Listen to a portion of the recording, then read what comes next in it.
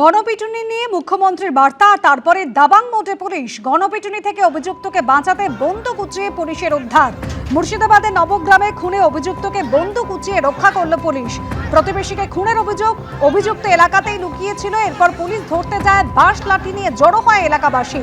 এরপর গণপিটুনির হাত থেকে বাঁচাতে বন্দুক উঁচিয়ে অভিযুক্ত হাবিবুর শেখকে থানায় নিয়ে গেল পুলিশ।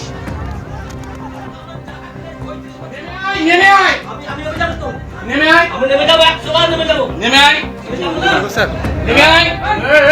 এই কে কিছু করবে না, নেমে আয়। ছাড়ো ছাড়ো, আমি গ্রামে কত রকম এদিকে আয়, এদিকে আয়, এদিকে আয়, এদিকে আয়, এদিকে নাম, এদিকে নাম, এদিকে নাম, এদিকে নাম। আমার জায়গা খেলে 35 বছর। নেমে আয়, নেমে আয়।